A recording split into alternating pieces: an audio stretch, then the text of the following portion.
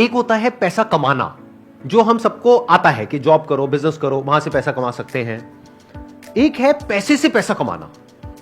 तो आज हमारे पास में यहां पर बैक स्टेज में जो है वो इस फील्ड में एक्सपर्ट है। Let's give an energetic and warm welcome to the one and only Pranjal Kamra.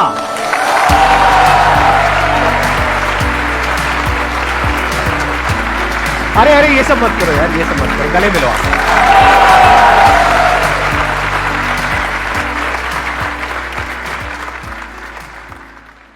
कितने लोग पहचान गए इनको शक्ल से? सब पहचानते हैं आपको। जब इन्होंने हमको ईमेल किया और हमारी टीम ने बताया कि आने वाले हैं, तो पहले मैंने कुछ वीडियोस आपकी देखी थी, लेकिन अभी पिछले कुछ दिनों में तो काफी सारी देख ली। तो मैंने एक चीज ऑब्जर्व करी इनके बारे में जो बहुत ही अच्छी क्वालिटी है, वो ये है कि ज्यादातर लोग स्टॉक मार्केट में जो बात करते हैं वो दो तरीके से करते हैं। या तो इट्स ड्रिवन बाय ग्रीड और बाय फियर। यानी कि अगर आप अपने घर में जाकर के किसी से बात करोगे कि भाई स्टॉक मार्केट में पैसा लगाना है, तो क्या मिलता है सामने से? पैसा डूब जाएगा, बर्बाद हो जाओगे, लुट जाओगे, ये हो जाएगा, वो हो जाएगा। जो उन्होंने कहानियां सुनी है, आपको भी 10-15 कहानियां सुना देंगे और आपको डरा देंगे। तो या तो लोग डर से ऑपरेट करते हैं। दूसरी एक एक्सट्रीम है जो मैंने देखा यूट्यूब पे बहुत लोग कर रहे हैं, वो है डेली बेसिस पे आपको टिप देते रहते हैं कि आज ये खरीद लो, ये कल इतने का हो जाएगा, परसों इतने का हो जाएगा। उनसे पूछो आपने खुद खरीदा है? तो वो खुद नहीं खरीदते, टिप देते हैं और फिर लोग फंस जाते हैं। इसको बोलते हैं स्पेक्यूलेशन। पर जो स्टॉक मार्केट का असली मतलब है वो है कि आप एक कंपनी के अंदर शेयर होल्डर बन रहे हो। मतलब उस कंपनी के जब आपके पास में शेयर्स आते हैं तो एक्चुअल में आप मालिक हो उस कंपनी के। तो ये बात समझाने का काम ये कर रहे हैं और बहुत अच्छे से कर रहे हैं। मैं सोचा था कभी आपका ऑटोग्राफ मिल जाएगा, कभी दूर से भी दिख जाओगे ना तो बहुत बड़ी बात हो जाएगी। इससे अच्छा क्या हो सकता है? सो जब मेरी कलीग ने, हमने रिक्वेस्ट भेजी यहाँ आने की, मेरी कलीग ने बोला कि संदीप माहेश्वरी डन, तो उन्होंने कहा क्या बात कर रही है। उतना एक्साइटमेंट मैंने ऑफिस में भी कभी नहीं दिखाया है और दिस इज अनबिलीवेबल सर।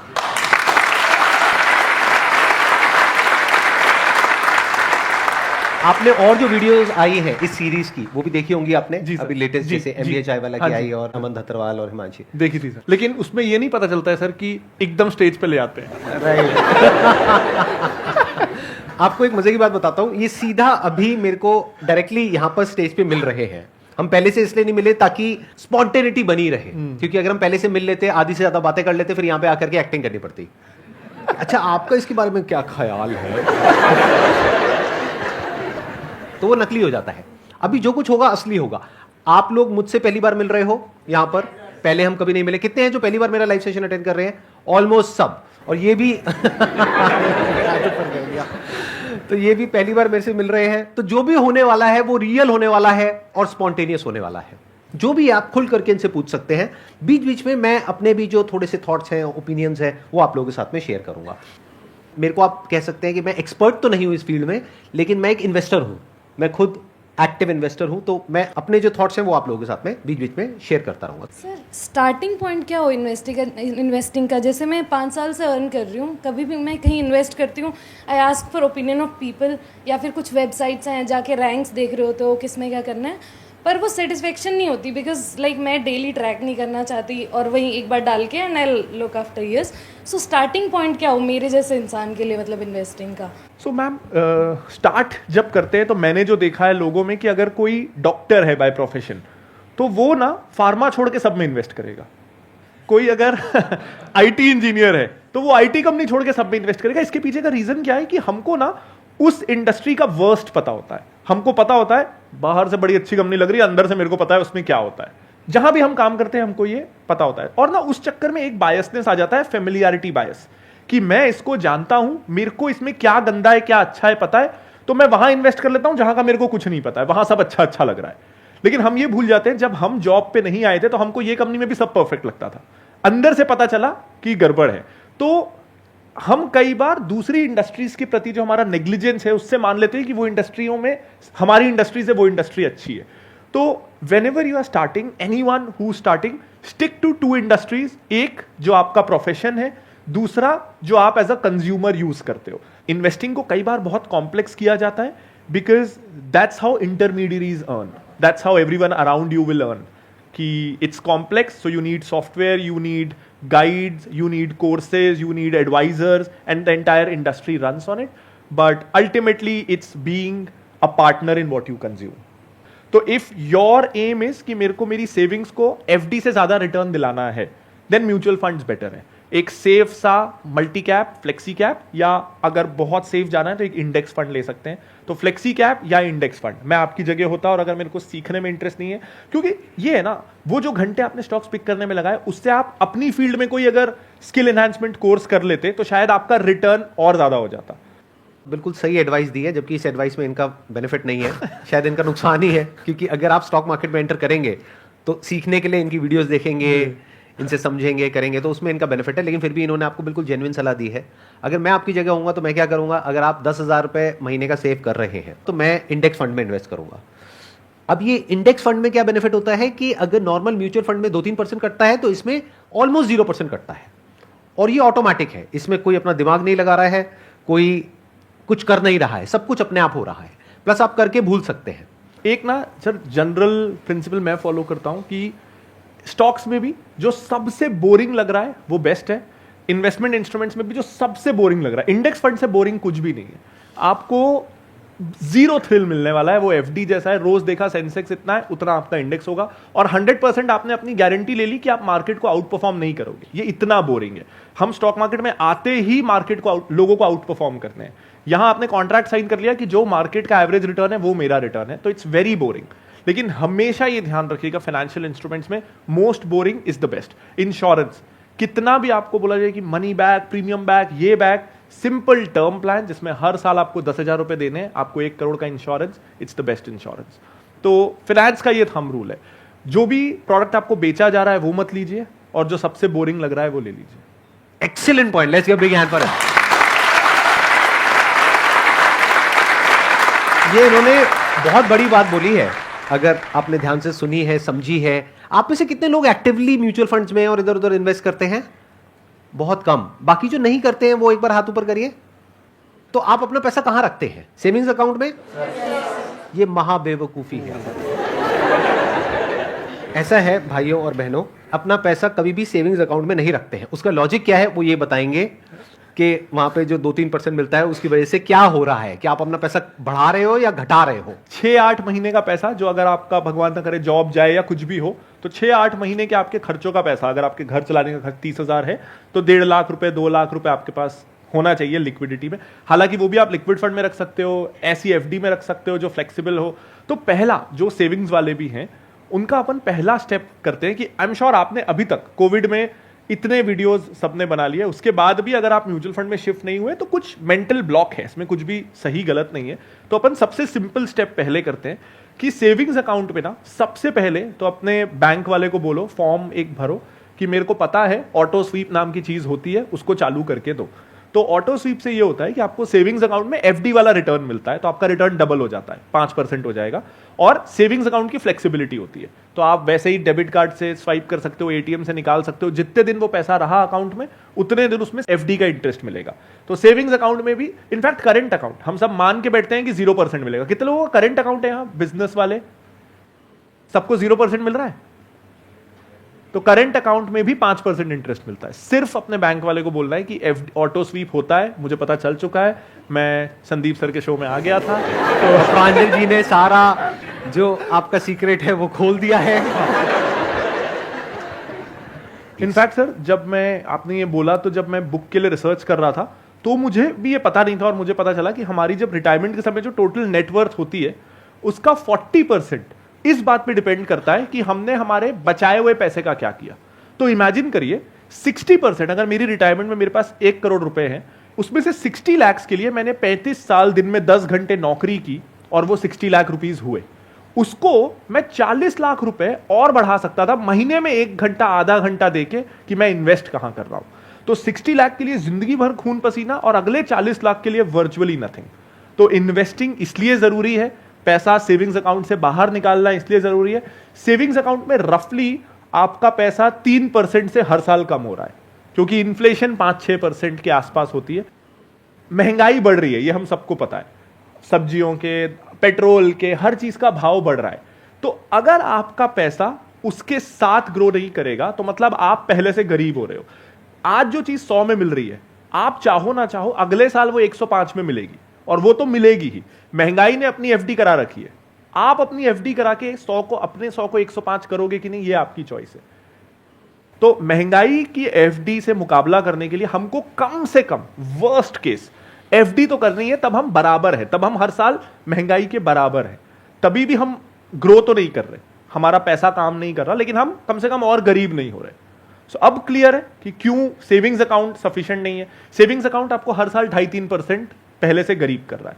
मतलब आज जो 10 लाख की वैल्यू है वो 20 साल बाद 30 लाख की वैल्यू होगी, तो आपको दिमाग ये लगाना है कि मैं 1 करोड़ कैसे करूं। सिंपल अगर कैलकुलेशन बोला जाए, अगर आप 10,000 रुपए महीना किसी म्यूचुअल फंड में या किसी इंडेक्स फंड में आंख बंद करके लगाते रहते हो बिना ये दिमाग लगाए कि मार्केट क्या है क्या नहीं है, तो अगले 20 साल में इट्स एज पर कैलकुलेशंस, और ऐसे बहुत सारे कैलकुलेटर्स हैं, आप गूगल में जाकर के सर्च कर सकते हैं। अगर आप 10,000 रुपए महीना लगाते रहेंगे और उस पर 12% भी रिटर्न आती है, तो अगले 20 साल में आपके पास में 1 करोड़ रुपए होगा। अगर मैं आपकी जगह होऊंगा तो मैं क्या करूंगा, ना मैं मार्केट देखूंगा, ना मैं इधर उधर दिमाग लगाऊंगा, मैं सिर्फ ये देखूंगा वॉरेन बफेट ने क्या कहा है। क्योंकि वो इंसान जिसकी खुद की कंपनी है, वो ये नहीं कह रहे कि सारा पैसा हमारी कंपनी में लगाओ, वो ये कह रहे हैं कि आप इंडेक्स फंड में लगाओ। और वो प्रैक्टिकली कई बार प्रूव भी कर चुके हैं इस कॉन्सेप्ट को कि जो एवरेज रिटर्न आती है म्यूचुअल फंड्स के थ्रू, कईयों में ज्यादा आती है, कईयों में कम, but more than 80% of the times index fund उसको बीट कर देता है। And more than 90% of the times कि जो आप इंडिविजुअली इन्वेस्ट कर रहे हो उसको इंडेक्स फंड बीट कर देगा। राइट? बिल्कुल। इसमें आपका नुकसान तो नहीं हुआ ना जो मैंने बोला? बहुत नुकसान हुआ। तो अगले 20 साल बाद आपके अकाउंट में होगा 1 करोड़ रुपए, जिस तरह से मैंने बताया है। तो उसमें से मेरा कितना है और इनका कितना है? सर 1% तो बनता है। आफ्टर दिस सेशन डील करते हैं। आफ्टर दिस सेशन डील करते हैं, मतलब नेगोशिएट करोगे? अरे हम 1% मांग रहे हैं, ज्यादा नहीं मांग रहे। मतलब 20 साल बाद 1 लाख रुपए आप मेरे को दोगे और 1 लाख रुपए इनको दोगे। यहाँ पे अभी बैठे हैं, ये लालची हो रहे हैं, मैंने टोटल 1% बोला। यहाँ पर इतने सारे लोग बैठे हैं, अगर सब ऐसा कुछ करने वाले हैं तो सबसे आधा % भी अगर हमको मिल गया 20 साल बाद, हाँ, तो हमारा तो काम हो गया। मोनिका मैम, किसी को जाने मत दीजिएगा, है ना, हम पहले साइन करवाएंगे सबसे साइन करवाएंगे कि एग्रीमेंट करेंगे, उसके बाद आप लोग यहाँ से जाएंगे। एंट्री फ्री थी, एग्जिट नहीं, जस्ट लाइक म्यूचुअल फंड।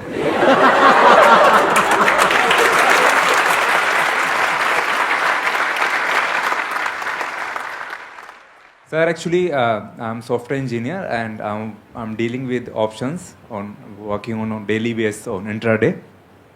तो ऑफिस 2-3 बजे के बाद स्टार्ट होता है, then early morning I always do intraday. So sir you are investor, so sir what's your way, I am on right track? Right और wrong कुछ नहीं है। इन जनरल अगर मैं ब्रॉडली रिस्क एनालिसिस करूं, तो बिजनेस एक एसेट है, वो प्रॉपर्टी के जैसा है। तो प्रॉपर्टी का प्राइस ना रोज ऊपर नीचे नहीं होता है। क्यों नहीं होता है? क्योंकि प्रॉपर्टी के रियल टाइम प्राइसेस ऑनलाइन हर प्रॉपर्टी का दिख नहीं रहा है। मैं रायपुर से हूं, अगर मेरे शहर का भी नगर निगम के अंदर जितने लैंड के प्लॉट है उसको ऑनलाइन डाल देना और उस पर ब्रोकर्स आ जाएं कि आप ऑनलाइन वो फ्रैक्शन में प्रॉपर्टी खरीद सकते हो, तो प्रॉपर्टी का प्राइस भी रोज ऊपर नीचे होने लगेगा। आज इसलिए नहीं होता कि उतनी ट्रांसपेरेंसी और उतनी लिक्विडिटी है नहीं, वरना होने लगेगा। कोई भी एसेट क्लास को अगर हम उसके लाइव प्राइसेस YouTube पे वीडियोस में, न्यूज चैनल्स में दिखाने लगे और उसका ट्रेडिंग इतना आसान बना दे कि अकाउंट ओपनिंग भी फ्री, ब्रोकरेज भी 0, तो हर चीज ऊपर नीचे होने लगेगी रोज। इसका मतलब ये नहीं है कि हम भी उसका हिस्सा बन जाए, ये मेरी थिंकिंग है। अगेन इसमें सही गलत कुछ नहीं है। मेरे लिए स्टॉक मार्केट जाने का सिर्फ एक मतलब है कि मैं उन बिजनेसेस में पार्टनर बन रहा हूं जो बिजनेसेस मैं खुद करना चाहता हूं, लेकिन due to lack of capital, lack of team, lack of expertise मैं खुद नहीं कर सकता। So that is investing for me. Sir मैं स्टॉक मार्केट में लास्ट 1.5 साल से काम कर रहा हूँ सर, इंट्राडे भी करता हूँ और अपना पोर्टफोलियो भी कर रहा हूँ सर। एक चीज़ थी पेनी स्टॉक्स का सिलेक्शन कैसे करते हैं सर आप? जैसे आपने पूछा मैं कैसे पेनी स्टॉक सेलेक्ट करता हूँ, तो मैं नहीं करता हूँ, मेरे को पेनी स्टॉक्स में इंटरेस्ट ही नहीं है। अब पेनी स्टॉक क्या होते हैं पहले मैं बता देता हूँ। वो स्टॉक जो बहुत सस्ते में मिल रहे हैं, मतलब अगर मैं अच्छे शेयर खरीदने जाऊँ ना, तो कई बार एक शेयर 1000 रुपए का होता है, MRF का एक शेयर 75-80 हजार का है। अब ये ना एक बहुत बड़ा मेंटल ब्लॉक है कि एक ही शेयर मिला और 75,000 का तो ये ऑलरेडी है, और कितना बढ़ जाएगा। हमको लगता है कि 75,000 की चीज 5 लाख थोड़ी हो जाएगी, 1 रुपए का शेयर 5 लाख हो सकता है। तो मेरे पास 1 लाख रुपए है ना, तो मैं 1 रुपए वाले 1 लाख शेयर्स ले लेता हूं। मेरे पास 1 लाख यूनिट आ गए, क्वांटिटी, हमको क्वांटिटी अच्छी दिखती है कि 1 लाख, और ये लगता है कि ये बढ़ सकता है। 1 का 2 भी हो गया ना तो पैसा डबल, और ऐसा लगता है कि 1 का 2 आसानी से हो सकता है, 75,000 वाला 1.5 लाख आसानी से नहीं हो सकता। ये एक माइंडसेट रहता है। अब ना यहाँ पे हम रियल वर्ल्ड से इसको कंपेयर करते हैं कि आप सोना खरीदोगे तो 50,000 का जरा सा एक सिक्का मिलेगा, लोहा खरीदोगे तो मतलब उठाने के लिए कुली करना पड़ेगा। तो हम लोहा खरीद के खुश तो नहीं होते, देखो मैं कितना सारा लोहा लाया, और जो सोना छी इतना सा लाया, ऐसा नहीं करते ना। हमको पता है कि सोने की वैल्यू है और लोहा ही रहेगा, वो सोना नहीं होगा। सबसे पहला सवाल यह है कि कोई चीज अगर 1 रुपए की है तो क्यों है, उसके पीछे बहुत सारे रीजंस होंगे, वरना वो 1 रुपए में क्यों है।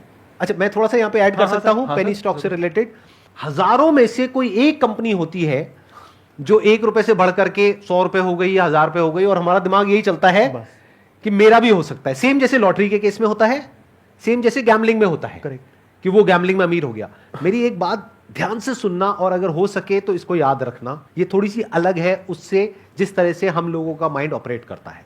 मेरा गैम्बलिंग का सीधा सा उसूल है, मतलब इसका मतलब ये नहीं कि मैं गैम्बलर हूं, लेकिन अगर मैं कभी खेलता हूं कैसीनो में जा करके तो मेरा सीधा सा उसूल है कि मैं जीत करके नहीं उठूंगा, क्योंकि गैम्बलिंग में वो हारता है लॉन्ग टर्म में जो शॉर्ट टर्म में जीतता है।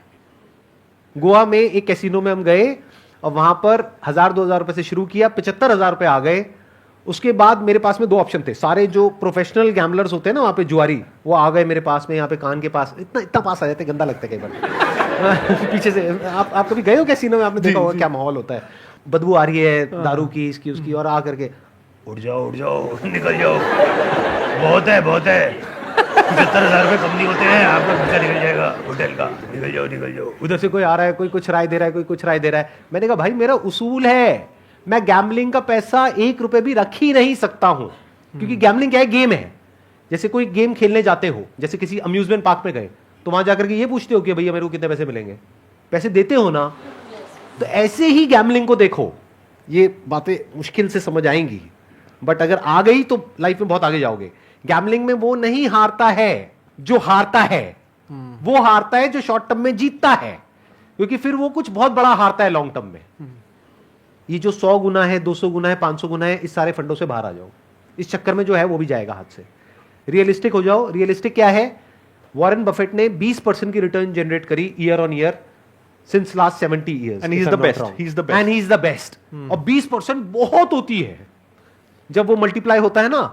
तो मेरी जो एक्सपेक्टेशन है वो है कि जो इन्फ्लेशन है उससे मुझे 5% ऊपर चाहिए। तो मानो आज अगर 7% है, 12% की रिटर्न आ जाती है, मैं बहुत खुश हूं। तो दिमाग ये लगाओ कि 12% कैसे आए, 15 कैसे आए, इन चक्करों में मत पड़ो कि मैं इसको इतना मल्टीप्लाई कर दूंगा।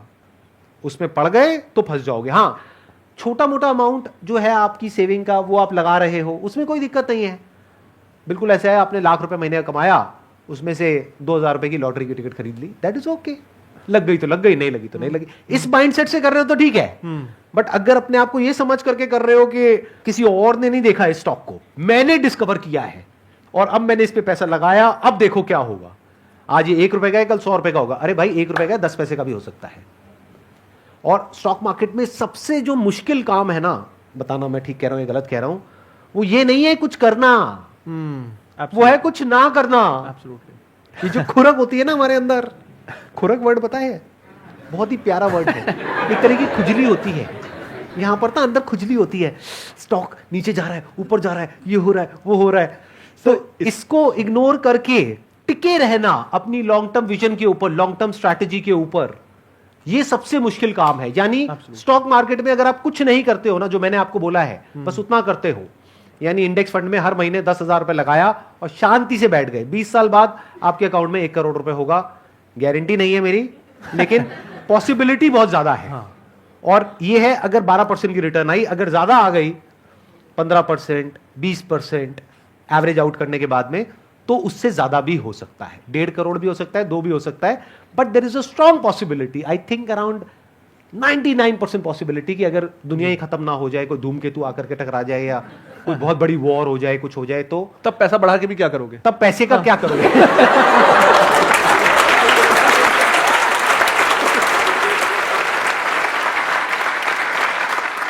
तो there is a strong possibility, 99% possibility है कि आप करोड़पति बन जाओगे आने वाले 20 साल बाद। लेकिन जो आप सोच रहे हो जिस तरीके से करोड़पति बनने का, उसमें रोडपति बनने के चांसेस ज्यादा हैं, करोड़पति बनने के कम है। तो थोड़ा संभल करके दोस्त, इस एज में हम कुछ गलतियां कर देते हैं। स्टॉक मार्केट वैसे बड़ी कमाल की जगह है, लेकिन इससे खतरनाक जगह भी कोई नहीं है अगर आप लालच और डर के बेस पे ऑपरेट कर रहे हो, और हम ऐसे ही ऑपरेट करते हैं। माइंड को जितना मैं समझ पाया हूं ना, वो ये है कि हम अपने फीलिंग्स के अकॉर्डिंग एक्ट करते हैं, इमोशंस के अकॉर्डिंग, और इंटेलेक्ट पीछे चला जाता है। इसके लिए सर मैं एक डिसिप्लिन रखता हूं कि मैं ब्रोकरेज ऐप अनइंस्टॉल कर देता हूं। जिस दिन खरीदना है अपने लैपटॉप को खोला, महीने में 1-2 बार खरीदना है, उस दिन खरीद लिया। मेरे फोन में, हमारे ऑफिस में, इनफैक्ट आई रिमेंबर एक दिन मेरी एक स्कूल की दोस्त थी, उसने हमको ज्वाइन किया और वो मुझसे बोलती है कि प्रांजल तुम लोग फाइनेंस का काम करते हो, ये कैसा ऑफिस है? ना तो यहाँ टर्मिनल है, ना CNBC चल रहा है, ना बिजनेस न्यूज़पेपर्स हैं। I think you guys really need to upgrade. तो फिर मुझे उसे 2 घंटे समझाना पड़ा कि हमारे यहाँ हम लोग मंडे से फ्राइडे मार्केट देखते ही नहीं है, क्योंकि हमारे देखने से क्या होना है, मार्केट में जो होना है वो होना है, तो मैं क्यों देख रहा हूं उसको। और उस समय अगर मैं देखूंगा जब रोज प्राइस ऊपर नीचे हो रहा है, तो मैं डर के, फियर से, इमोशन से एक्शंस लूंगा। अगर मैं सैटरडे संडे को देखूंगा, मैं आज कुछ कर ही नहीं सकता। मेरे को कोई शेयर अगर बेचना भी है, मैं सैटरडे को बेच ही नहीं सकता। तो मंडे तक मैं जब सोऊंगा उस थॉट के साथ, तो मैं रैशनली उस पर एक्ट कर पाऊंगा। तो इन अ फाइनेंस कंपनी हमारे यहाँ Monday to Friday stock market देखना अलाउड ही नहीं है। एक जो सर आपने बोला था, मैं उस पर एक पॉइंट ऐड करूंगा कि कुछ ना करना, तो इसको ना हम डू समथिंग बायस बोलते हैं। बहुत बड़ी खुजली होती है ये सच में, और ना ये भी प्रोबेबिलिटी स्टैटिस्टिकली प्रूवन है इन गोल कीपिंग। जब पेनल्टी शूटआउट्स होते हैं तो स्टैटिस्टिकली अगर गोलकीपर अपनी जगह पे खड़ा रहे तो he will save 33% of the goals. ये वो AI सिमुलेशन से पता चला। लेकिन 90% of the times goalkeeper will dive either of the sides, क्योंकि अगर वो खड़ा रहे और दोनों तरफ हर 2 में से 3 में से 2 गोल हो रहे हैं ना, तो ही लुक रियली स्टूपिड कि अरे खड़ा हुआ। ऑडियंस भी क्या बोलेगी, अरे सीधा खड़ा रहता है यार, इधर उधर गोल हो रहा है, जबकि स्टैटिस्टिकली वो सही चीज कर रहा है। लेकिन हम हमेशा मैथमेटिकली प्रोबेबिलिटी वाइज सोचते नहीं है। हमको ये सेटिस्फैक्शन मिलना ज्यादा जरूरी है कि हम मेहनत कर रहे हैं, भले ही हम गलत डायरेक्शन में दौड़ रहे हैं, दौड़ना उधर है, लेकिन हमको ये सेटिस्फैक्शन दौड़े तो सही ना। और एक सर जो था कि पेनी स्टॉक्स के अराउंड मैं कहना चाहता था कि सर एक क्या होता है कि पेनी स्टॉक अगर हमको मिल गया, जैसे मुझे कोई पेनी स्टॉक मिल रहा है, या आप बिगिनर्स हो, मैं भी बिगिनर हूं, हमको पेनी स्टॉक मिल गया, तो ये ना हमारा साइन ऑफ इग्नोरेंस है कि हम सोच रहे हैं हमको कोई हिडन स्टॉक मिल गया और उन लोगों को नहीं मिला जो 30 साल से मार्केट में है, जिनका दिन भर काम है इस तरह की हिडन वैल्यू स्टॉक्स को ढूंढना, हिडन बार्गेन्स को ढूंढना। और हम आज मार्केट में एंटर हुए, हमको एक लॉटरी का टिकट मिल गया, उन लोगों को नहीं मिला जिनका काम ही ये है। ये स्टैटिस्टिकली बहुत बहुत अनलाइकली है। हम अपने आप को बेवकूफ बना रहे हैं ये सोच के कि हमको कुछ मिल गया जो किसी को नहीं मिला। अगर 1 रुपए की कोई अच्छी कंपनी है, मोस्ट प्रोबेबली वो आपको लास्ट में पता चलेगी। आपको क्यों पता चलेगी? आपके ना ब्रोकर से कांटेक्ट है, ना कंपनी के ओनर से कांटेक्ट है, ना PMS से कांटेक्ट है, बैंकर्स से नहीं। आपको कैसे पता चलेगा? आपको सिर्फ वही पता चलेगा जो गलत लोग आप तक पहुंचा के आप पे डंप करना चाहते हैं। तो आपको इंफॉर्मेशन अगर मिल रही है तो वो आप तक पहुंचाई जा रही है, आपको मिली सही तरीके से नहीं है।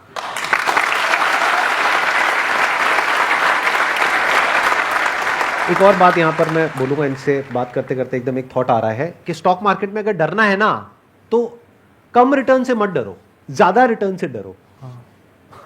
लाइफ में अगर डरना है ना पैसे के मामले में, तो जहां ज्यादा पैसा मिल रहा है ना वहां पे डरो। हम उल्टा चलते हैं। कोई आया आकर के आपको बोला कि भाई मेरे को पैसा दे दे, मैं 1 साल में डबल कर दूंगा, 2 साल में डबल कर दूंगा, या फिर इसमें पैसा लगा दे, ये हो जाएगा, वो हो जाएगा, वहां डरो। अगर इस तरह से आप समझ पाओगे इस साइकी को, तो बच जाओगे स्टॉक मार्केट में। मैं ये देख रहा हूं कि आपकी और मेरी थिंकिंग काफी हद तक अलाइंड है। आपने भी वॉरेन बफेट को पढ़ा होगा, बेंजामिन ग्राम, जो उसकी जो the intelligent investor Benjamin gram. Sir एक अच्छी बात ये, जब मैं शुरू करा था 2012-13 में, तो नॉइज नहीं था। आप पढ़ने जाओगे तो यही मिलेगा, राइट। तो वो बहुत अच्छा था उस समय। उसका चैप्टर 8 है और चैप्टर 20 है, जो मेरे को सबसे पर्सनली बहुत important पसंद है, और सबसे इंपॉर्टेंट जो खेल है उसी के अंदर है। मार्केट को बोला गया है एक लूनेटिक, उसमें जो उन्होंने वर्ड यूज किया है बेंजामिन ग्राम ने, मतलब कि मार्केट पागल है, मार्केट का कोई भरोसा नहीं है, कभी ऊपर है, कभी नीचे है, कभी ये है, कभी वो है। अगर ये देखने लग गए तो आप भी पागल हो जाओगे।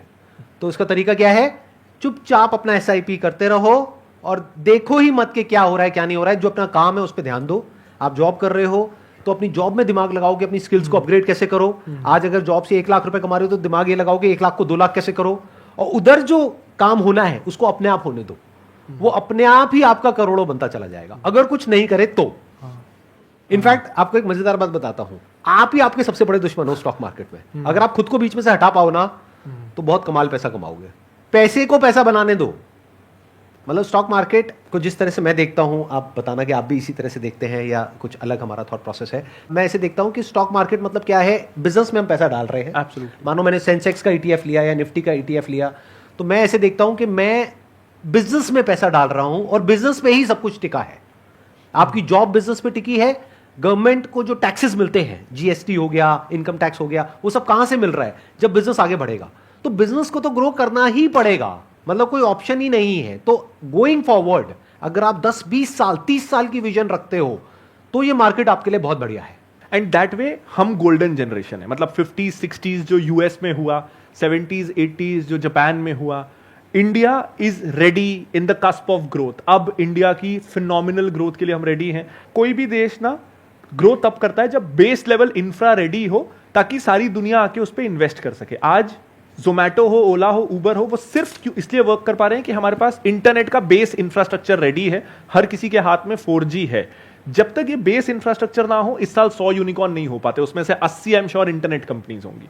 तो अब इस देश में बेस इंफ्रास्ट्रक्चर रेडी है कि आपके पास अब सड़कें हैं, हाईवे हैं, अब एयरपोर्ट्स हर जगह हैं, अच्छा इंफ्रास्ट्रक्चर है, फास्ट ट्रेन्स आ रही हैं। तो यहां से ग्रोथ आनी ही है। हमारी population now it's an advantage for us, young population है। सो अब क्यों कोई बाहर का जो डेवलप्ड देश है वहां की कंपनियां क्यों इंडिया में पैसा नहीं लगाएंगी? देयर इज नो रीजन कि वो पैसा ना लगाएं।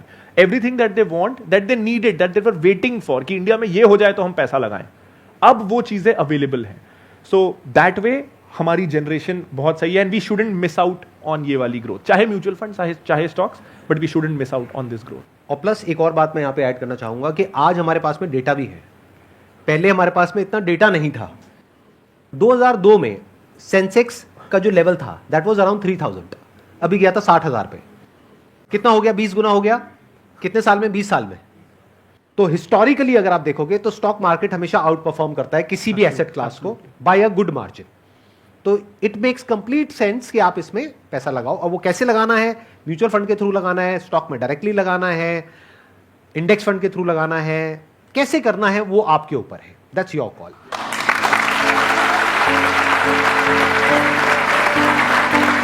अच्छा, आपके लिए एक छोटा सा गिफ्ट है हमारी तरफ से।